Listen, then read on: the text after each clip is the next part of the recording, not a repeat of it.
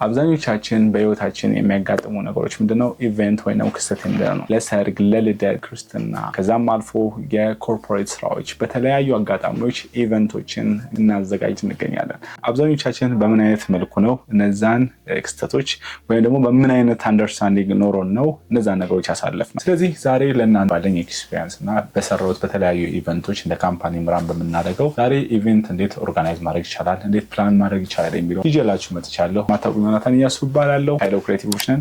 ሰብስክራይብ ያደርጋችሁ እንግዲህ ዘ ላስት 1 years በዲጂታል ማርኬቲንግ እና በተለያዩ የዲጂታል ነክ የሆኑ ሀሳቦች ሳቀርብላችሁ ቆይቻለሁ።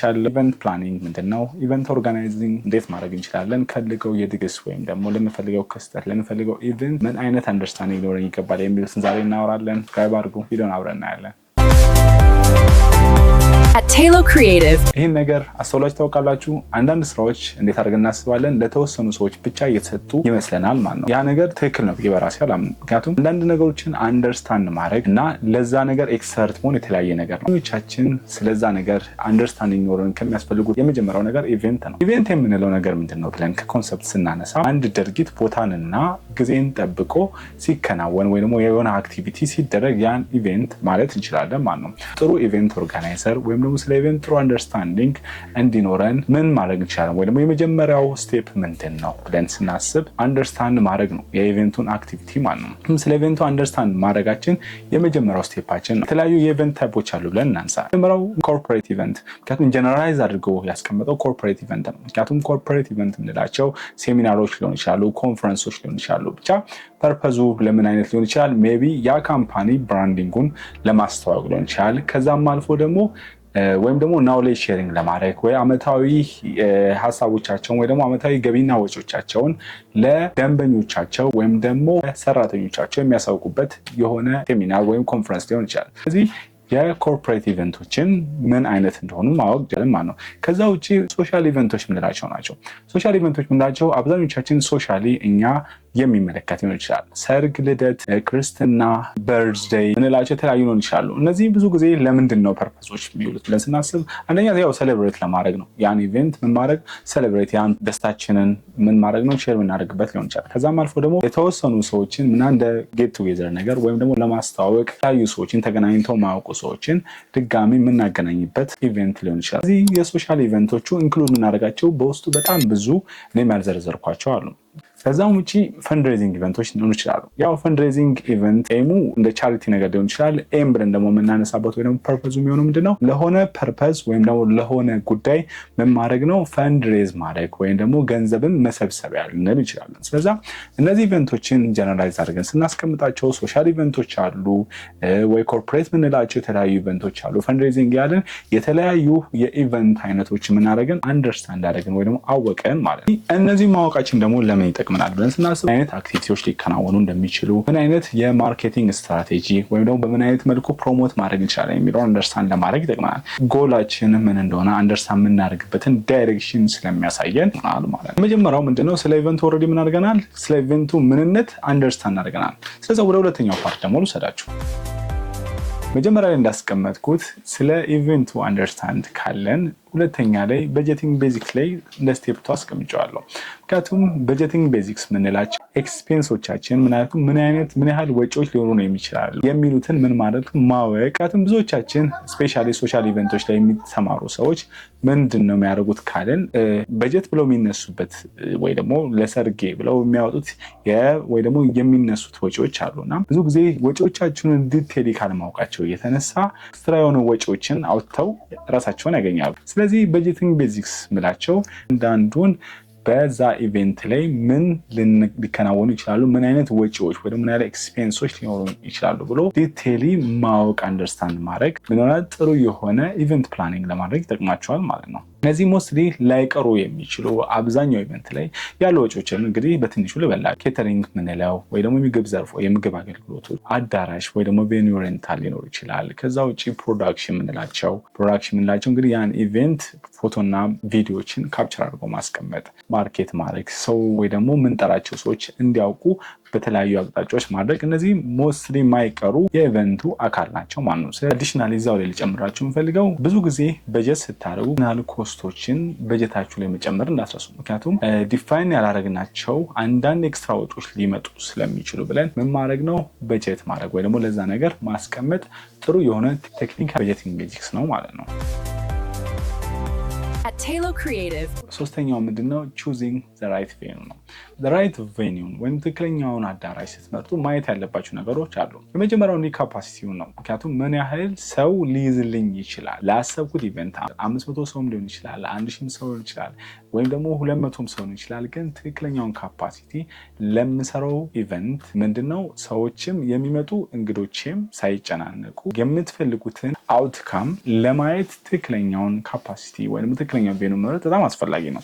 ደግሞ ሎኬሽኖችን በደንብ አንደርስታንድ ማድረግ አለብን። ምክንያቱም ሎኬሽን እኛ የምንፈልገውን ብቻ አይደለም፣ የምንጠራቸውን እንግዶችን የሚያማከል ሎኬሽን መረጣ ማድረግ አለበት። እንግዶቼ ሳይቸግራቸው እዛ ሎኬሽን ላይ መምጣት ይችላሉ ወይ? ፐብሊክ ትራንስፖርቴሽን፣ ምክንያቱም ፐብሊክ ተጠቃሚም አለ ወይም ደግሞ መኪናም ይዞ ይመጣ ሰዎች አሉና ሁለቱንም ያማከለ መሆኑን በደንብ ቼክ ማድረግ። ምክንያቱም ሲመጡ የተለያዩ የመኪና ማቆሚያዎች ሊፈልጉ ይችላሉ።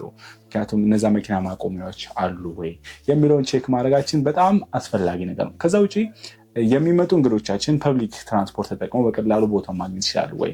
ሲመለሱስ ማግኘት ይችላሉ ወይ? ሁሉንም ያማከለ አኮሞዴሽን።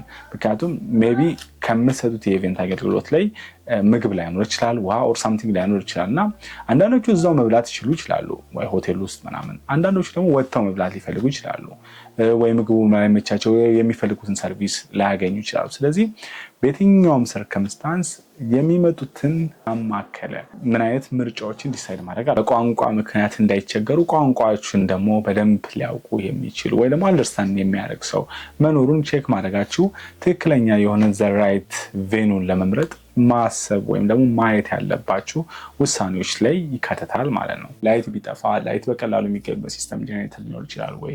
ለፕሮዳክሽን የሚጠቅሙ የተለያዩ ኢኩዊፕመንቶችን በቀላሉ ማግኘት ወይ ደግሞ በቀላሉ አክሰስ የሚደረግበት ሁኔታ እንዳለ ቼክ ማድረግ። ዋይፋዮች ግን ለሚመጡ እንግዶቻችሁም ሆነ ለእናንተም የተለያዩ ስራዎችን ኦንላይን የምትሰሩበት አይነት ኢቨንት ከሆነ እነዛን ያማከሉ የቬኑ አመራጣጣችሁ ቼክ የምታደርጉበት ሲስተም ነው። አዳራሽ ኪራዮችን የሚሰሩ ሰዎች አብዛኛው ጊዜ በኢሜይል እነዚህን ነገሮች አሁን ያልኳቸው ነገሮች ሙሉ በሙሉ ባያሟሉም ሊልኩላችሁ ይችላሉ።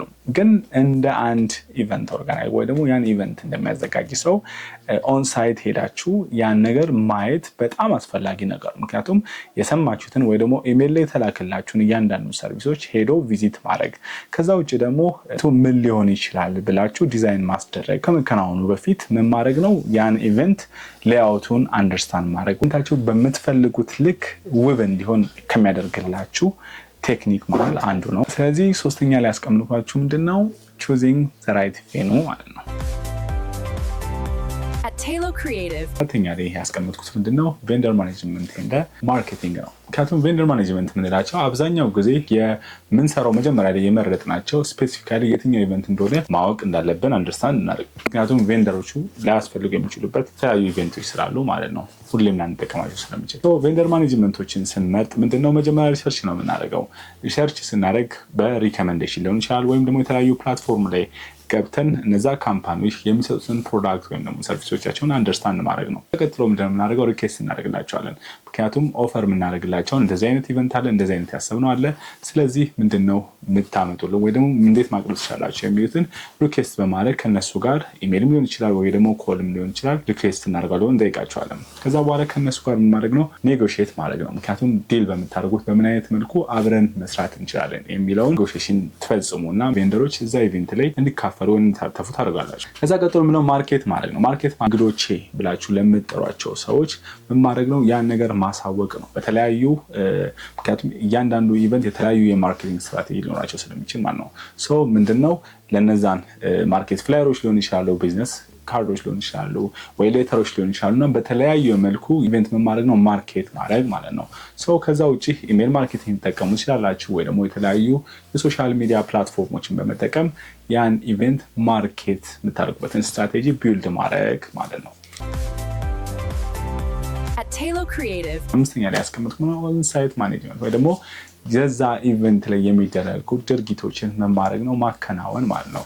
ሞስትሊ ምን ማድረግ ነው? ያ ስራ ላይ ኮንትሮል ማድረግ ነው። ምክንያቱም ግራውንድ ላይ ያስቀመጥናቸው ወይ ደግሞ የዘረዘርናቸው ነገሮች አሉና እነሱን ነገር ምን ታደርጋላችሁ? ሲከናወኑ ኮንትሮል ማድረግ ወይም ደግሞ እነዛ ነገሮች የተሰሩ ነው አይደሉም፣ ምን ጎደለ፣ ምን አነሰ፣ ምን ይጨመር የሚሉ አይነት ድርጊቶችን ማከናወን ማለት ነው። ኦንሳይት ማኔጅመንት ኮሮችን ቼክ ማድረግ ሊሆን ይችላል፣ ሚዲያውን ሊሆን ይችላል፣ ወይም ደግሞ ኬተሪንግ ሰርቪስ፣ በእያንዳንዱ የሰርቪስ አገልግሎት ወይ ደግሞ በምታቀርቡት ኢቨንቱ ጊዜ የሚከናወኑ ነገሮችን ኮንትሮል ማድረግ ኦንሳይት ማኔጅመንት ነው። እና ሞስትሊ ምንድነው ሪኮመንድ ማድረግ ኢቨንቱን ኦርጋናይዝ የምታደርጉ ከሆነ ወይ ደግሞ ሄድ ሆናችሁ ራን እያደረጋችሁ ከሆነ ያ ስራ በዛ ስራ ላይም ራሳችሁን የሆነ ስራ ላይ ኢንቮልቭ ማድረግ የለባችሁ። ከላይ ሆናችሁ ሁሉን ነገር ምን ማድረግ ነው? ኮንትሮል የምታደርጉበትን ሲስተም መዘርጋት በጣም ቴክኒካል የሆነና ጥሩ የሆነ ሰክሰስፉል የሆነ ኢቨንቱን ማከናወን እንድትችሉ ያደርጋችኋል ማለት ነው። ከዛ ውጪ ስድስተኛ ላይ ያስቀመጥኩት ምንም ፖስት ኢቨንት ኢቫሉዌሽን ነው። ምክንያቱም ይሄ ነገር አብዛኛው ጊዜ ብዙ ሰዎች የማያደርጉት ነገር ነው። እናንተ ደግሞ ግዴታ ማድረግ ያለባችሁ ድርጊት ማለት ነው። ፖስት ኢቨንት ኢቫሉዌሽን መላችሁ ምንድነው?